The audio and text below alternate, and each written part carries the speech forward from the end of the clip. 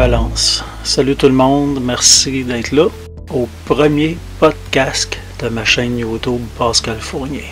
Je vais vous expliquer le but de ça. C'est sûr qu'avec toutes les vidéos que je vous fais, il y a beaucoup de gestion. C'est long de faire une vidéo. Premièrement, je commence par l'écriture, l'idée. J'essaie de me faire une ligne de conduite. Après ça, là, évidemment, il faut que je filme. Là, les conditions ne sont pas toujours idéales pour filmer. Souvent, il faut que j'aille dans des endroits. En tout cas, je vous laisse imaginer. Là, il y a beaucoup de travail en arrière de ça. Après ça, il y a le montage qui me prend pas mal d'heures. C'est rare que je réussisse à m'en sortir en bas de 20 heures sur un montage. Peut-être qu'il y en a qui vont dire crème, ils n'ont même pas vite. S'il y en a qui connaissent les programmes de montage, sauf que moi je suis pas formé là-dessus, j'ai appris sur le tas. C'est énormément de travail. Mais j'aime ça, c'est pour ça que je continue de le faire. Puis ensuite, là, il y a le choix des musiques. Et ça, c'est tout un problème. C'est compliqué. Je passe des heures à chercher les bonnes trames. Des fois, ça va vite, puis d'autres fois, non. Il faut que je trouve la bonne musique qui va fitter un peu avec l'émotion du vidéo que je veux donner. Puis tout ça avec la musique dédouanée. On ne peut pas mettre n'importe quelle musique sur n'importe quelle vidéo. Tout ça pour la monétisation, bien sûr, pour qu'éventuellement YouTube me donne des redevances de mes vidéos. Mais ça, je vous en reparlerai une autre fois. C'est quoi les redevances de ça? Combien je peux gagner à peu près avec toute cette histoire-là de ma chaîne YouTube? Chez nous, il y a plein de choses que je voudrais savoir. Moi, je suis vraiment un gros consommateur de YouTube. Mais j'ai pas toujours le temps d'écouter toutes ces vidéos-là. Fait que là, je cherchais, sur les road trips en moto, puis je vois qu'il y avait des vidéos de 20 minutes, 25 minutes, 40 minutes. Fait que là, je me suis mis à me dire, je regarderai pas les images, je vais faire jouer mon sel, puis je vais me mettre des écouteurs sur la tête, puis je vais continuer à vaquer à mes occupations. Puis j'ai bien aimé ça, parce que des bouts, je suis pas concentré, parce que je fais des petits travaux, là, mais en général, je suis capable, quand c'est des sujets qui m'intéressent vraiment, je suis capable d'embarquer dans le sujet, puis j'écoute, puis ça m'empêche pas de vivre. Je peux continuer à faire mes choses. Fait que là, je dis, OK, il y a un filon ici. Là. Si moi j'aime ça, peut-être qu'il y en a d'autres qui vont aimer ça. J'ai tellement de choses à dire que je peux pas traiter ça dans une vidéo où faut que ça aille vite et faut que je présente des images. J'ai comme une limite de choses à dire. Puis aussi, quand ça dépasse 10 minutes, on perd la plupart des gens. Tandis qu'un podcast, même si ça dure plus que 10 minutes, c'est pas grave. On continue avec nos occupations. Ça va être sur ma chaîne, puis ceux qui sont intéressés, ceux qui sont abonnés à ma chaîne, premièrement, vont aller en prendre connaissance. Puis s'ils aiment ça, ils l'écouteront, puis ils écouteront les suivants. Puis s'ils n'aiment pas ça, ils passent à un autre appel. Ça va être facile à voir, ça va être probablement tout le temps la même image, mais ça va être tout le temps avec le titre podcast. Là, celui-là, il est spécial parce que c'est toute une introduction. Là, c'est mon premier.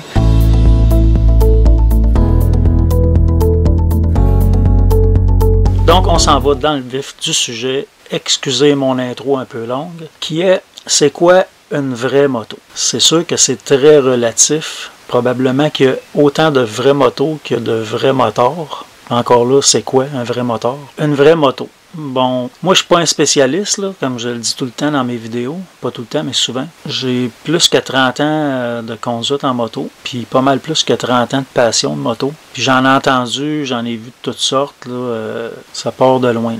Bien sûr, avec la venue des Spyder, puis éventuellement, la vie change, fait qu'il va y avoir des nouveaux produits. Les motos électriques, les nouveaux Harley électriques... ça suscite bien des sujets, bien des contradictions, des débats. Donc moi, je vous parle de ce que moi je pense, là. C'est pas scientifique, là. J'ai pas un document avant de moi qui prouve que ci puis qui prouve que ça. Mais je vais y aller vraiment avec comment moi je pense. Pas toujours clair dans ma tête, là, mais en tout cas, essayez de suivre. Je vais vous dire tout de suite, là, je vais brûler le punch tout de suite. Moi, ma position là-dessus, c'est que je suis pas raciste dans la vie. Avec tous les styles de moto, les marques, le nombre de roues, si tu as un volant ou un guidon, si tu as des vitesses ou si tu n'en as pas, si tu as un moteur électrique ou un moteur à gaz. Moi, je pense que si tu as la passion de la moto, peu importe à quelle distance de mes pensées que tu peux être, tu as le droit à ta façon de faire de la moto, qui n'est pas nécessairement la mienne. Ça ne fait pas de ta moto qui n'est pas de moto ou qui en est une.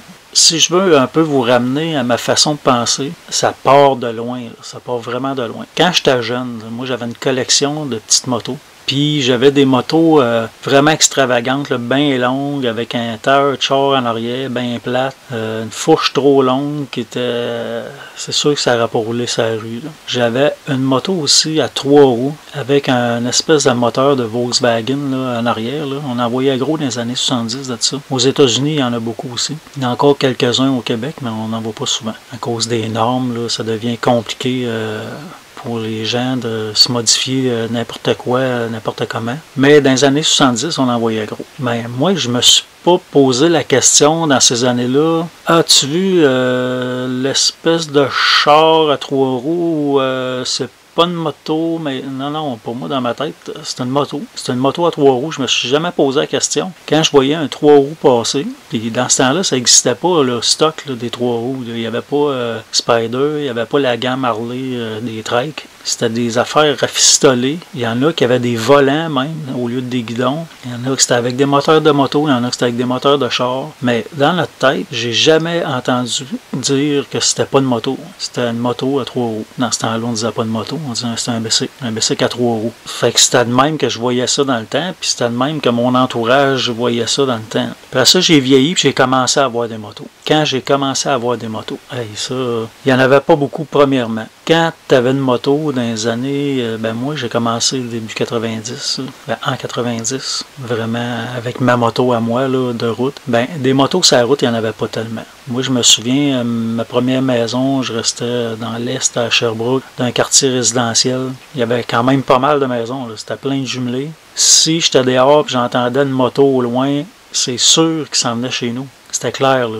Je travaillais, je taponnais sur le terrain, j'entendais une moto de loin. Bon, j'arrêtais mes choses parce que je savais que c'était un de mes amis qui s'en venait me voir. C'était clair. Aujourd'hui, on a une toute autre là, réalité. Dans ma rue, je connais pas tous mes voisins. J'ai une rue qui est vraiment pas longue. Je pense qu'il y a 4 motos.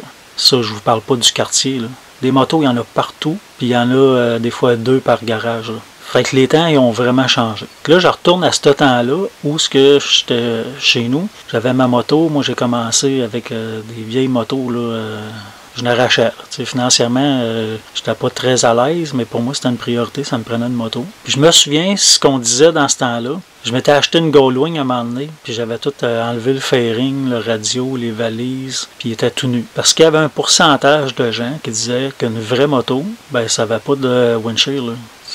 Si tu veux un windshield, tu veux pas de vent d'en face, achète-toi un char. Il y avait déjà une mentalité qui était, si tu as un windjammer, si tu as une vitre, c'est pas vraiment une vraie moto. Faire de la moto, c'est pas ça. Je me souviens aussi qu'il y avait des bicycles sport, commençaient à avoir du plastique pas mal, ces motos. Mais c'était une autre catégorie. Puis un de mes amis, lui, il avait un Magna V65. C'était une machine là, dans le temps, là, ça avait du moteur. Puis le look du V45, qui était un peu custom dans ces années-là, il n'y avait pas beaucoup de style custom qui s'en allait vers le Harley, là, le style Harley. Puis ça, c'était comme la Honda qui avait du style custom pas mal. Puis je me souviens qu'il m'avait dit, moi là, j'ai acheté cette moto-là parce que ça a l'air d'une vraie moto. Moi, déjà là, je me disais, c'est quoi une vraie moto? Parce que je connaissais déjà des gens qui avaient des motos sport, qui commençaient à avoir du plastique, puis qui avaient des allures un peu plus droites, mettons, sans plastique. Les KZ, après ça, le GPZ qui commençait à avoir du plastique. C'était pas full fairing comme aujourd'hui, mais ça n'avait pas en tout le look d'une moto custom, mais pourtant, c'était une moto. Donc déjà là, dans la même communauté, des gens passionnés de moto, il y avait déjà une division. C'est que tu n'as pas de moto custom, tu n'as pas de moto qui s'en va sur un style en particulier, c'est pas une vraie moto. Ça se traduit encore pas mal aujourd'hui. Je pense même que c'est accentué. Parce que dans le temps, c'était les rebelles qui avaient des motos. Fait que tu avais les gars d'Harley qui n'envoyaient pas la main aux Japonais.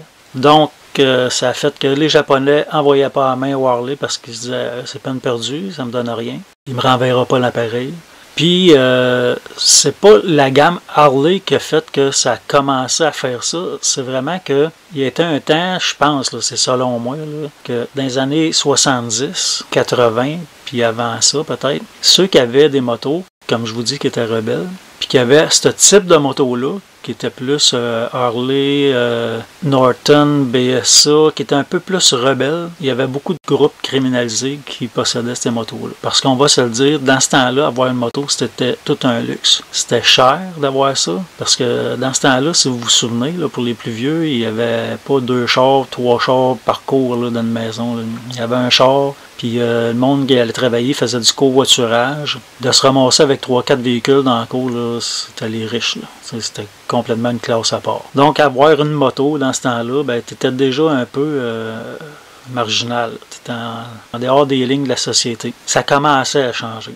Alors, de ne pas envoyer la main aux autres types de motos, selon moi, c'était plus une règle d'or des motocyclistes criminalisés que d'un motocycliste qui tripe sur un style de moto. Mais ça a commencé comme ça, mais là, ça a dégénéré parce que de plus en plus, c'est devenu populaire, c'est devenu le rêve de monsieur tout le monde là, qui travaille de 9 à 5, puis de vouloir avoir l'air d'un moteur la fin de semaine. Puis qu'un jour, les salaires ont augmenté, les femmes, de plus en plus de femmes qui se sont mises à travailler, les revenus familiales ont grandi. Ben, ça a fait que un peu tout le monde pouvait se permettre de s'acheter une moto de type Harley. S'ils sont acheté un Harley, c'est parce qu'ils aimaient ce style de bombe-là, ce style moteur-là, criminel. C'est un rôle là, que les gens voulaient jouer. Là, puis quand je dis les gens, je suis là-dedans, là, je suis dans le bateau. J'ai toujours rêvé de ça. J'ai eu plusieurs japonaises avant d'avoir ma première Harley. Et quand j'ai eu ma première Harley, je tripais, j'étais au summum. Ça a été un de mes rêves longtemps d'avoir mon Harley. Mais pourquoi? Ben, j'ai été dans un monde où ce qui était plus rock'n'roll. J'avais des gens pas tout le temps recommandés autour de moi. Ça a fait que mes idées, mes goûts ont été dirigés vers ce style-là. Tandis que j'ai d'autres personnes que je connaissais, qu'eux autres, c'était la performance, les motos de course. Puis là, son chum, il y a une motosport, puis un autre qui a un motosport, mais lui, il est plus dirigé vers OK, mes chums, là, ils peuvent aller vite avec ça. Ils peuvent faire des curves plus que quelqu'un qui roule en custom. Ben, il a été dirigé vers le style sport. Moi, c'était la communauté custom. Donc, selon moi, ben là, c'est ça qui est arrivé. De plus en plus, les gens ne donnaient pas la main. Aussi, dans les années 90, il y avait énormément d'Harley qui se faisaient voler. Les Japonais, ça se faisait pas vraiment voler. Pourquoi? Ben, à cause du monde criminalisé. C'était facile. Tu voles un Harley, tu changes de numéro de série, tu le plates artisanal, puis tu viens d'avoir un Harley flambant neuf ou pas vieux qui te coûte rien. Ou pratiquement. Heureusement, les choses ont changé. Ça prend des garanties, ça prend des preuves pour pouvoir plaquer une moto artisanale. Puis les assureurs veulent pas les assurer. C'est bien compliqué d'assurer une moto artisanale. Donc ça a fait chuter le vol de moto grassement, heureusement pour nous autres. Donc là, la division avait commencé avec, selon moi, comme je vous dis, les groupes criminalisés. On s'envoie pas à main. Ceux qui n'ont pas des Harley ou des motos, même pas custom, parce que là, dans les années 90, là, Shadow, de Honda, de plus en plus, les marques qui sortaient des motos qui s'en allaient sur ce style-là parce qu'ils voyaient bien que le commun des mortels, là, ils voulaient avoir ce feeling-là de rébellion. Ils s'achetaient une moto custom, mais les Harley étaient quand même assez dispendieuses. Fait que là, les Japonais puis toutes les autres marques ont emboîté le pas puis ils se sont mis à faire des motos pour aller chercher ce type de clientèle-là qui sont moins fortunés puis non criminalisés. Mais la communauté Harley a continué à ne pas envoyer la main à ce monde-là parce que c'est un rôle, je vais avoir l'air d'un criminel, puis même si je travaille de 9 à 5 dans un bureau la semaine, quand je suis assis sur ma moto et j'ai mon casque à la tête, ben il n'y a rien qui te dit à toi, passant sur la route ou un autre motocycliste, que je suis pas un criminel. Puis ça me fait bien plaisir. De savoir, pas que tu me respectes, mais que tu me crains. Il y a quelques années, j'ai eu un Jeep Wrangler. Puis là, j'ai acheté ça parce que j'avais le goût d'aller faire de la boîte, j'avais le goût d'aller me promener un peu dans l'off-road, dans le tout-terrain. Puis, j'ai-tu pas appris que c'était la même affaire qu'on vivait en Jeep?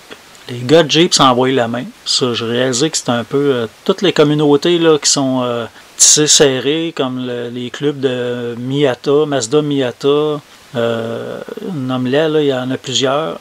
Les gens, quand ils se croisent sur la route, ils s'envoient la main. Mais ils n'envoient pas la main à tout le monde. Quand j'ai eu mon Jeep, ben là, il y a différents clubs là, qui se forment là, pour aller faire du off-road en groupe, puis de se réunir dans des stationnements de restaurants. Puis là, on jase, puis là, ils se greffent des fois des pick-up ou des Jeeps qui sont pas de la marque Jeep vraiment. Puis c'est correct, c'est toléré. C'est vraiment pareil comme dans le monde de la moto. Hein. Mais il y en a qui ont des Jeeps, ils n'envoient pas la main aux autres Jeeps. Là. La plupart de la communauté Jeep envoie la main aux Jeeps seulement, pas aux VUS, là, qui sont des fois peut-être mieux montés qu'un Jeep, qui pourrait faire du off-road encore plus qu'un Jeep d'origine, mais parce que tu n'as pas la marque Jeep, ben tu fais pas partie de notre communauté. Moi, j'ai vraiment pogné de quoi, comme diraient les Shawiniganais. Vraiment, là, je dis, ah ben, tabarouette. J'en suis venu à la conclusion que c'est donc bien bizarre. Plus que mon voisin se rapproche de moi par sa passion, plus qu'il a le goût des mêmes choses que moi, si je m'en retiens à moto, là, la sensation de liberté, le vent, la puissance entre les jambes, contrôler une machine, quand je tourne la poignée de gaz, ça part. Donc là, mon voisin, il a la même passion que moi, il a de la puissance entre les jambes, il a le contrôle de sa machine. Quand il tord la poignée, ça part. Il y a du vent d'en face. Mais il y a un spider. Ça, c'est le gros bug. Il y a un spider. Je parle même pas. C'est grave. Je trouve ça grave, là, vraiment. Ça serait mieux que ce voisin-là aime pas les motos.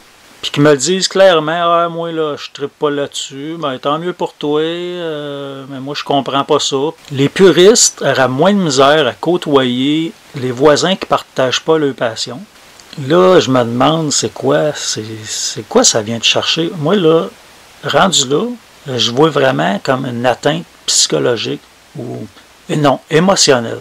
C'est ça que je vois. C'est l'émotion. C'est que je veux pas que quelqu'un, là, je dis plein de choses, là, mais je connais pas les lois, là, je sais même pas comment ça y coûte, les spiders. Mais je veux pas que quelqu'un, mettons, paye moins cher de plaques. Je veux pas qu'il n'y ait pas besoin de suivre un cours, une formation aussi longue que moi, puis que ça lui coûte moins cher que moi de formation. Je veux pas que quelqu'un réussisse à avoir de quoi d'aussi trippant, puis qu'il n'y ait pas à passer par toutes les étapes que moi j'ai passées. Puis ça, là, ça valait la même affaire quand je vous parlais du monde Harley. Je voulais pas que quelqu'un ait une belle moto custom. Quand je dis je voulais pas, là, je me mets dans la peau du puriste, là. C'est pas moi qui pense de même. Là.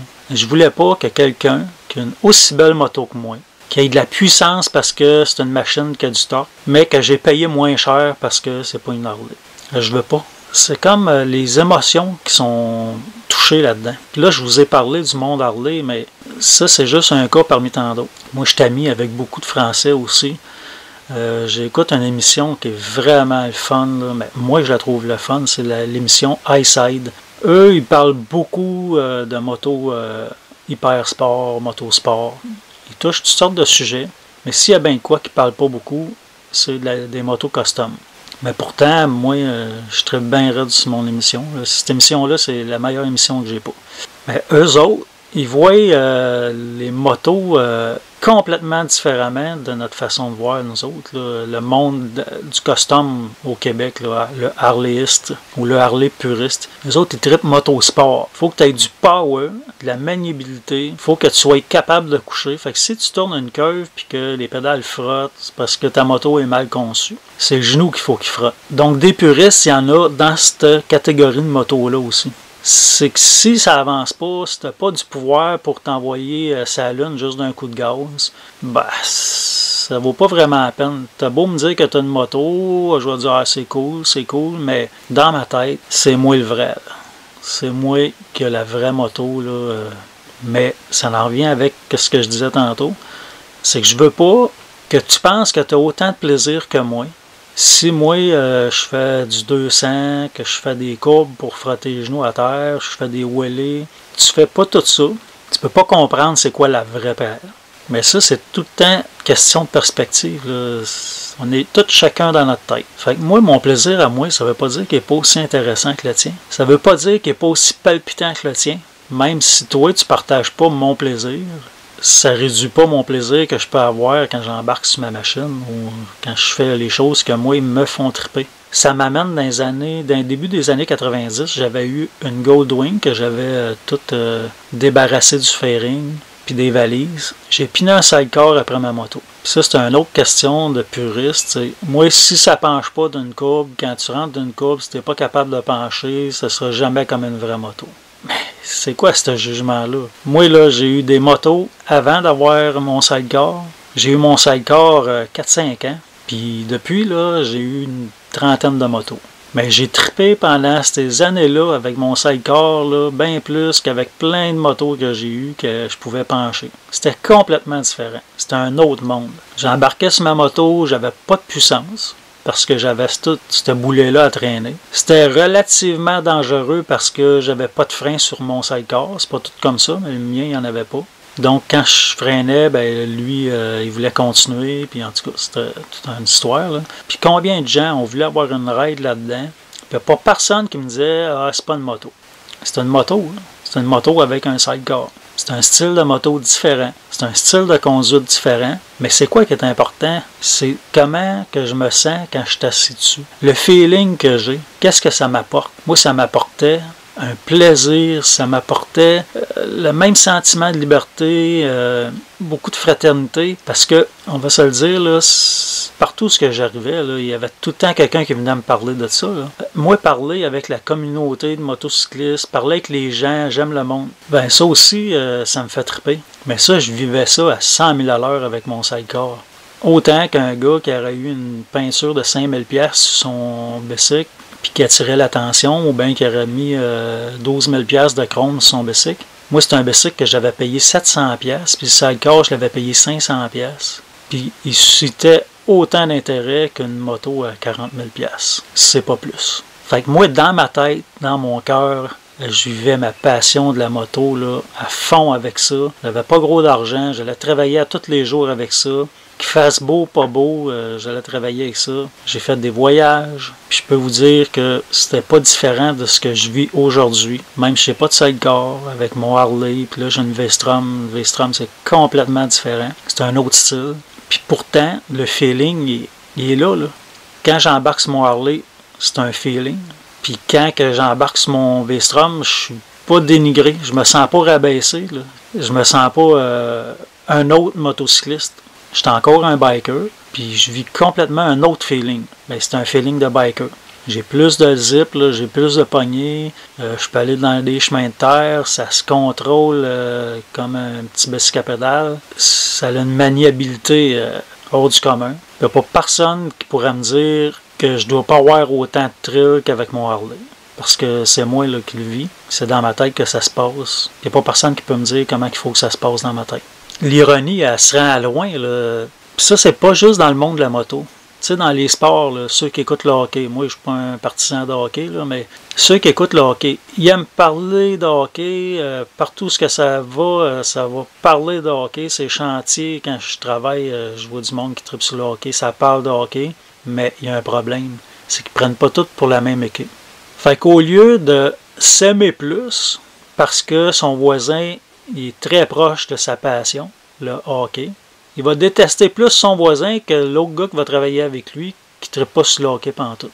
Parce qu'il veut que l'autre pense comme lui. C'est ça. C'est qu'on veut que les gens pensent comme on pense.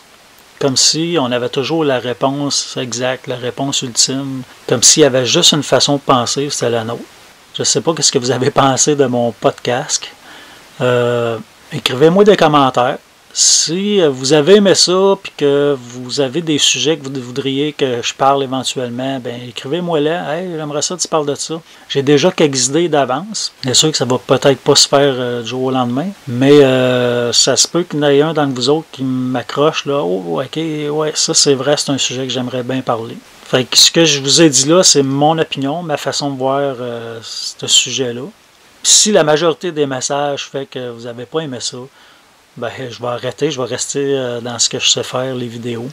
Puis si au contraire vous avez aimé ça, ben, c'est sûr que je vais vous en faire d'autres. Ça va vous donner la chance un peu de rentrer dans ma tête, voir qu'est-ce qui se passe. En attendant, gardez le moral. Je vous invite à aller voir les vidéos sur ma chaîne. Il y en a toutes les sortes, tous les sujets. Puis je vous rappelle que ce qui nous unit, ben, c'est la moto. Salut gang!